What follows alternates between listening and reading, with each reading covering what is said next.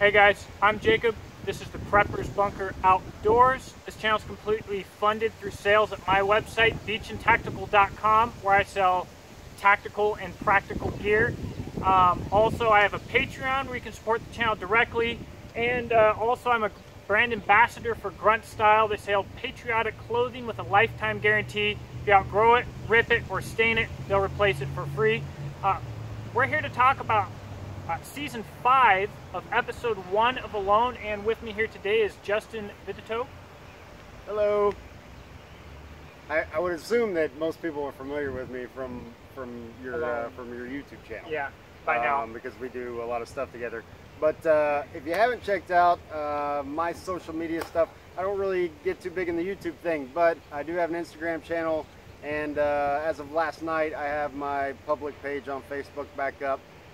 So go give me a shout on Facebook or Instagram, and we can talk about random stuff, life, squirrels, whatever. So make sure to check that out. So we're just going to do a commentary on the first episode here. This is Carly's episode, so we're going to talk about her last. I think first up... Everybody just went fast forward. Right. To the end, skip to the end. So we'll talk about Jessie first, because neither of us are real familiar with Jessie, and I don't think anybody really is. Yeah, I haven't had the pleasure of meeting them. Most of the contestants, even the ones that aren't in my season, I've actually gotten to meet or talked with over social media. I don't know Jessie. Seems like a good dude. I think, from what I understand, he kind of got the short end of the stick on his season, his first season. Because of his partner getting hurt, I believe. Yeah. And so I'm glad to see him be able to get a second chance, because that I know there's a lot of people that don't agree with the whole premise of the team season and all that. Be that as it may, I think that would really suck to have something shortened by another person that was kind of out of your control. So I'm glad to see him get an opportunity. It seems like he didn't get really to see a whole lot on episode 1, but it seems like he's probably got a pretty good head on his shoulders. I like the fact that he was stretching out. I think I know that might sound kind of minuscule to a lot of people, but stuff like that is important, especially when you're dealing with a calorie deficit, water deficit, all that kind of stuff. Keeping your muscles at least somewhat active. So for the long term for Jessie, I do have some concerns already. He's building his log cabin, and it looked like, I could be wrong, but it looked like he was not joining his corners on the log cabin. It looked like he just had his support sticks and was building a wall of logs next to each other like a cabin. And for longevity, that would not be the way to go. So I could be wrong on that, but that was the only thing that stuck out with me with Jessie. But, at this point, it does seem like he's got a good head on his shoulders. So if he did it wrong because he doesn't have experience with that, he's going to figure it out. And he's going to have, if the worst case scenario happened and he builds a cabin and it kind of sucks and falls over, then he has all of those materials to build something else. That's his worst case scenario. That's not too bad. I'm kind of excited to see how that goes for Jessie. I think that's one of the things that a lot of people don't realize is that if you aren't particularly skilled in a certain aspect of something, you can make up for that by being willing to do it again. And then sometimes that's actually a helpful process. For me, for instance, a lot of people don't really realize I built 3 full-on shelters when I was on my season, and then had to move for varying reasons. As everybody saw, my shelter, my big A-frame got flooded, but stuff like that's going to happen, and it might happen in day 2, it might happen on day 20 something or 30 something, but your ability to bounce back from those kind of things and not just have a singular focus. So I hope that if it does become an issue, that he's able to identify that issue and fix it, instead of just being like, oh man, I built this great thing and now it's all demolished, Well, it can become a mental thing, because if you build this great thing and it fails, and that was like all that your heart was built up to, it's easier when it fails to just be like, well, I'm done. Right. That's it. So But if that's not your goal, if your goal is something else and you have the mental resiliency to be like, all right, well, this failed, I better think about how to do it better this time. That's a big mental thing, a big part of survival in general. Right. So let's go over to Nicole. One thing I noticed about Nicole always has in my opinion, spot on taste in blades. She's carrying a kukri out there, a Great Plains style sheath. I'm a gear guy, and a lot of other people are not gear guys, but I'm definitely a gear guy. So, I'm looking at what everybody's carrying and stuff, and that's a cool looking setup. And she looks like she's having a good time and eating plants and being tough. Yeah, and that's what she does. Nicole was on our episode or on our season 2, and so she's one of the people, along with Larry and Randy, that I know really well. Haven't spent a lot of time with them, but and that knife, in particular, like she's had that thing. It's almost, I think we've talked about it with Jose as well from my season, but she's had that thing for forever. Right. So that's interesting. That's an interesting part for me to see other people like that, because I've never had a connection with an inanimate object like that. You know what I mean? Where it's almost like a part of me, where it's like, oh, I have to have this, with me, and not to say that she has to have it, but I feel like it's more special to her, and you don't really have that relationship. Right. It's interesting that that there can be a relationship established with an inanimate object like that. I find that really cool. But I'm really stoked to see what the rest of the season has in store for Nicole. I think she's going to do awesome, just like she did in our season. I don't know. I'm really looking forward to this season, the rest of it, as especially for me, because a lot of these people on this show are friends of mine. Right. It's not. I think it's different for me than a lot of people, because I've already been through something with these people that are going through again, and we'll talk about that a little bit later. But I think more than most people realize, it takes a lot of intestinal fortitude to jump back into the fray again, knowing what is in store for you. And well, the romance is gone. Yeah, it's not. Yeah, you don't have that, like, okay, I wonder what's going to happen if I get this or that. Or the it's not like a new adventure. You already know it's going to be bad. Yeah, you know it's going to suck, and you know it's going to be hard, and to jump back into that, especially. And I know I've said this a lot to different people, and I say it a lot to people that I interact with on a personal level about the show. And I think that because of the way the show is structured, a lot of people either don't believe it, or they've just never heard it. But I will tell you that the money is not the main focus for anybody that is on this show. The money is never going to be the main focus, and if it is, they're leaving pretty soon, because I cannot express in words correctly how quickly the idea of money goes away out there. And if there's not something else driving you to be out there and to be doing those types of things, then and I see it all the time on comments or whatever. People are like, oh well, $500,000, that's a big big motivator, this and that. You'd be really surprised at how quickly that goes away. I'd say for most people it's within the first week that just becomes a non-issue. You don't even think about it.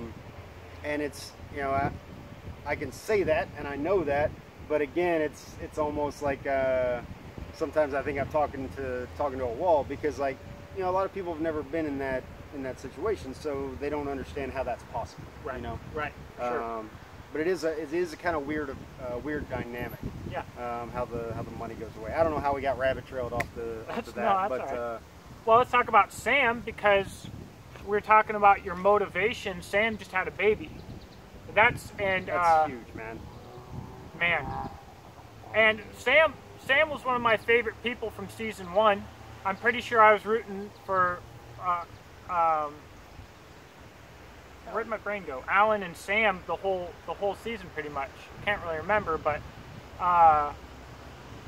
and I really like Sam because ever since I met him from the first season, we have very similar views on a lot of things and have talked, and so, you know, I like Sam a lot. And then so He's a great guy. We were seeing Sam hurting this episode early.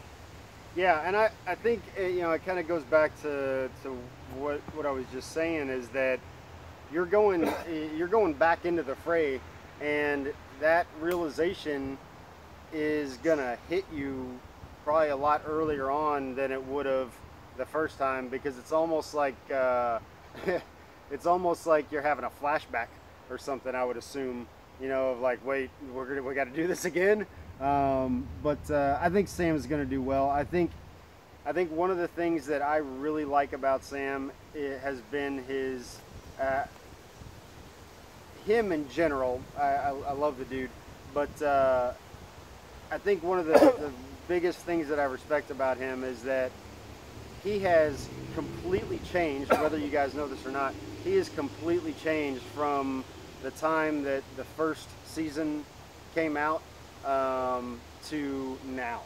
Not only in his you know, just love for the skills and everything else, dealing with survival and bushcraft and all that stuff, but just as a human.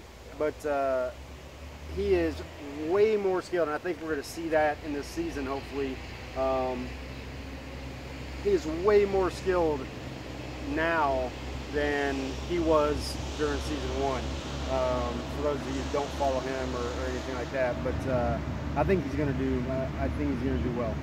One of the things I love about Sam, and I think that you kind of see this in a lot of the survival circles with people, individuals, is he's having this emotional breakdown and he's crying, and then he looks and he says, "That's a really nice piece of birch bark right there."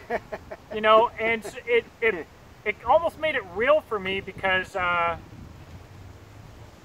I don't know, I busted out laughing. I couldn't help it.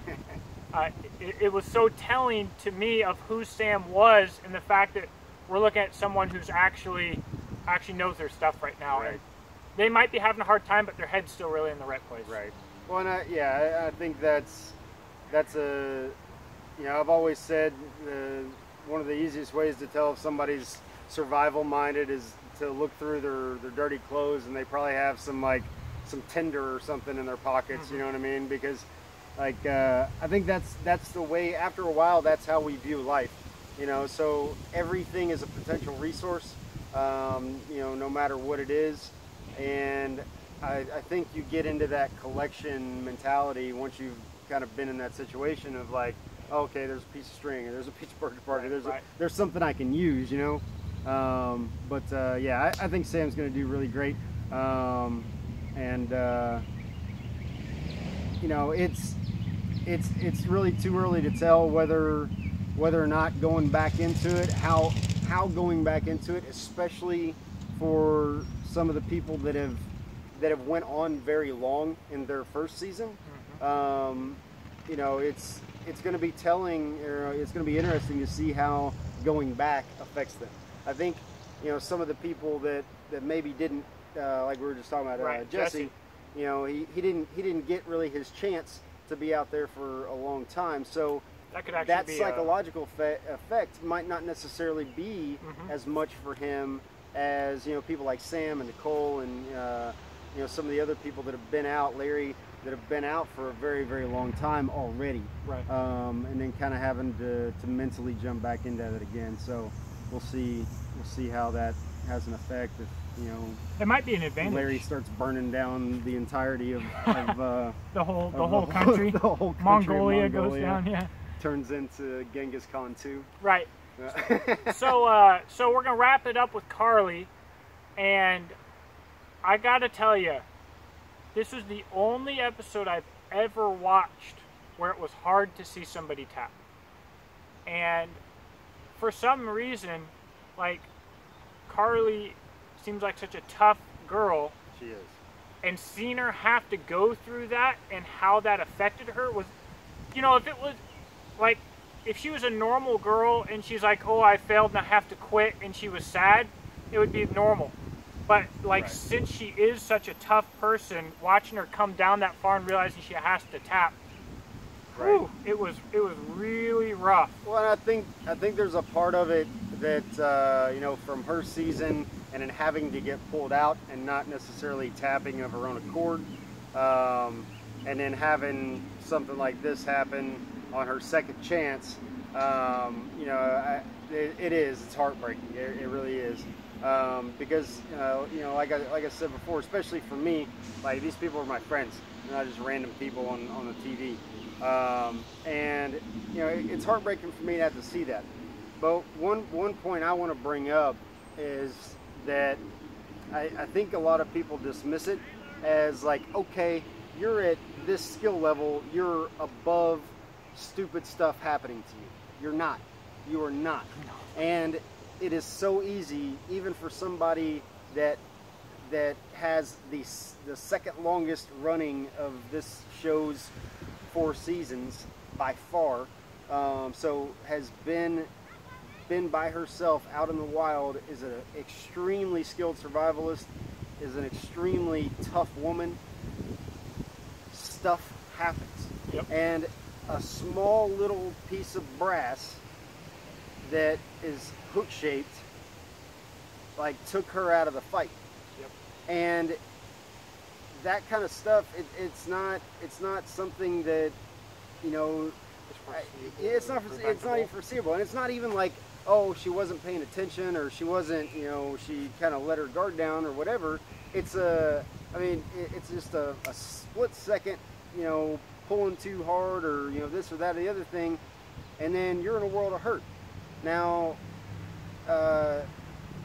you know, so it kind of makes you think. I think there's a dual-hatted part of it, is that, one, if you're in that kind of situation, if you're actually in a real survival situation, or if you're on the show or whatever, I think you do have to be careful, and you have to be extra cautious, especially when you start getting tired, hungry, dehydrated, all that. But I think there's a flip side to that coin too, and you have to realize that it's gonna happen. You know, it could happen in any given moment. So you can also look at it from another side and be like, okay, well, I'm not just going to sit here and, you know, try to be, you know, completely risk averse, because, you know, I can just as easily get hurt, you know, just sitting here. Because there is a real risk reward relationship with that kind of stuff. Well, it's just like real life. So for all the safety Nancys that constantly comment on my channel, no, safety glasses would not have helped her. Right. Freaking chainmail gloves, you know, that's right. Not how this works. It works, and the people that are probably the most safety minded put themselves in the most danger, because they want to live in this little bubble, and then they're incapable of living without the bubble. Right. So this is a good example of reality, whether it's fighting, combat, anything else. There's always that variable that you can't control. And I think the other part that was so heartbreaking for me with Carly specifically is how well she was doing.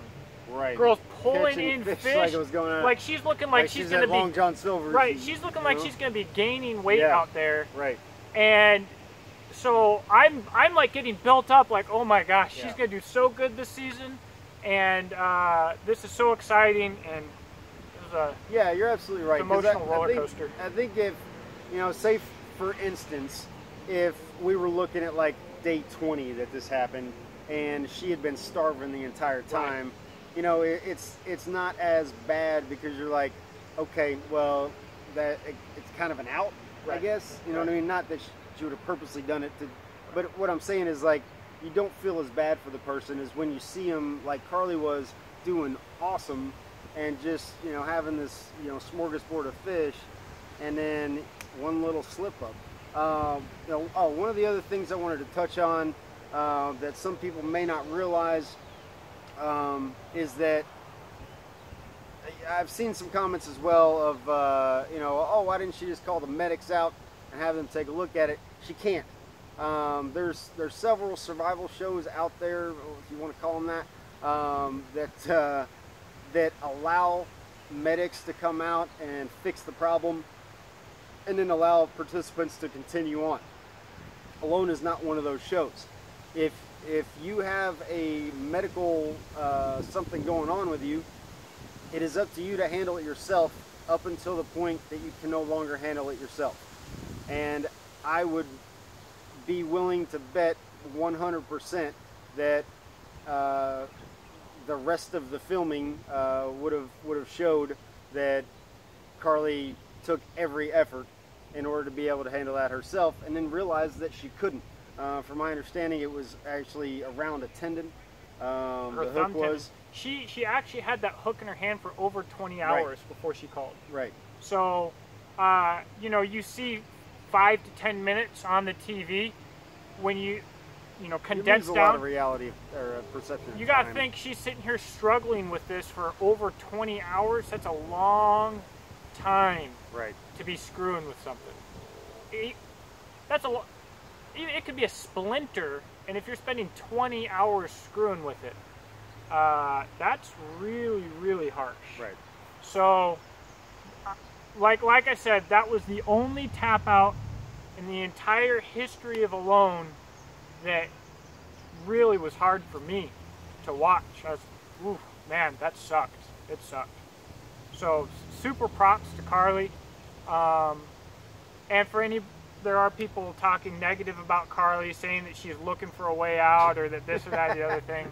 Get real. And get real. So I made a post the other day, and I'll touch on it real quick. But you know, after watching episode 1, I told myself, because of my season, I know what's going to happen on the Alone Facebook page, and all these different pages, and all the the weekend warrior types that have never been in that kind of a situation, and talking about how they're way better, and how she should have done this and should have done that, and all this kind of stuff. And I really started thinking about it, and it on a certain aspect it infuriates me when I read stuff like that, just because it's ignorant. It's literally ignorant of talking about something that you have no idea what you're talking about. And I started really thinking about it, and this was what I kind of posted was I think people in general need something to hate, and we need something to hate, and we need something to love, and sometimes those two kind of get mixed up. And I think because of social media, because of all these outlets that we have nowadays, it's really easy to get on some forum after watching like 0.01% of somebody's experience, that they filmed themselves for your enjoyment. By the way, like, that's the reason that she's in agonizing pain filming herself with the fish hook and trying to get it out, right? Like, let that process for a minute, that's for your enjoyment. And then not only do these people have to deal with going back into the fray and actually doing this, they also know, and this is one of the things that nobody ever really talked to us about, and we found out the hard way, was after you get done doing all that and you kind of get back into civilization, and then the show airs, well, then guess what you got to deal with? You got to deal with the internet, right? And that, that can really get on your nerves really quick. So I want you to imagine that, just for a second, that you, whoever you are watching this right now, goes out and puts your heart and soul into a task, right? Let's say it's something simple, like picking up we're in a park right now, so like picking up trash around the park, right? And you do that, and you put it out there and say, hey, I'd really appreciate help picking up, keeping this park picked up. I love this park. It's a great thing, right? And then everybody gets on there and calls you an idiot for how you picked up the trash. Right. While they have never picked up any trash in their life. Right. While they're sitting on their couch, like throwing trash out the window, and doing stuff, pitching coffee cups out the window of their car. Right. So I want you to kind of imagine that for a second and then multiply it times like 5,000, right? So I'm not trying to have like a pity party for any of the contestants, and but it does get frustrating to a point of like what is the priority in your life that you have nothing better to do than get on social media and just talk crap about somebody, with your fingers? Right. And I don't understand it. I don't get it. But I'm not going to change it either. So part of it too, the Dunning-Kruger effect, is the less you know, the more you think you know. Right. So they say the difference between the master and everybody else is the master has failed more times than anybody else has tried. So if I've never gotten into a fight before, I can watch UFC and be like, man, I could beat this guy up. Right. Right? Because all I know in my head is how it plays out in my head and what I think I can do. And then the more you train, actually, most of those dudes were like 130 pounds. Well, no, probably still not. Beside the point. But the more you train, and the more you fail, the more you realize how much you have to learn. So the more you learn, your confidence actually drops as you're realizing how much you have still to learn. So the more you train, the more you want to train. The more you learn, the more you want to learn, because the more you realize you don't know. And it's the direct and specific opposite to someone who has zero training and doesn't know anything, but maybe trolls some forums and has watched some YouTube videos, Pretty much describe my life. So basically the people who are the most confident online are the people with absolutely no experience. And it's interesting, just on a side note, to be able to witness those people get out for the first time. So, it's neither here nor there. But I am more excited about watching Season 5 of Alone than I've ever been. I'm more excited for Season 5 than I was for Season 1. And unlike most other people, when I went for Season 2 and met all these guys, a few of them recognized me like, oh, you're the guy who does the Alone commentaries. By the way, this is the first ever weekly Alone commentary. But not really how I wanted to be known. But you're the guy talking crap. Right. But I don't even remember where I was going with that. But thanks for watching. It probably wasn't important. Probably wasn't important. So that's all I got. I'm excited too. I think it's going to be a great season. And for any of y'all watching this, if you take nothing away from this, go show them people some love, just for getting back out there and going through the whole thing again. And if you don't want to go show them some love, don't. But at least don't run your mouth about how you could have done it better. If you want to do it better, I'm sure we can find the application process. Right. Maybe you can be on season 6 is probably already casted. Probably 7 or 8. Season 7 or 8 or 10. Well, here's what you should really do. If there's nothing else that I do through YouTube and all the social media stuff, I'm always posting pictures. I'm a tool guy of my knives and tools and stuff. If I can do nothing else besides motivate you to get out on a weekend, even a little weekend trip, and maybe pack a little bit less kit and actually get out in the woods, I've accomplished something. Yep. That's what people need, is they need to actually get out. And I hope that that's what Alone the series does for people. All these people out there running their mouths, I hope they actually get out and try and do this stuff and get motivated by Alone to go do stuff. And that's what our society needs. So guys, get out there.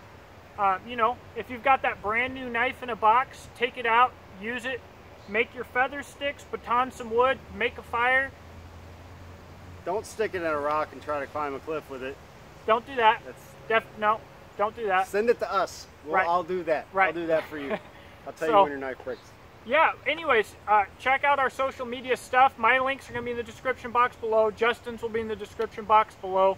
I'm going to try and do these videos, get them up the day before every new episode airs. So I think it'll be every Wednesday.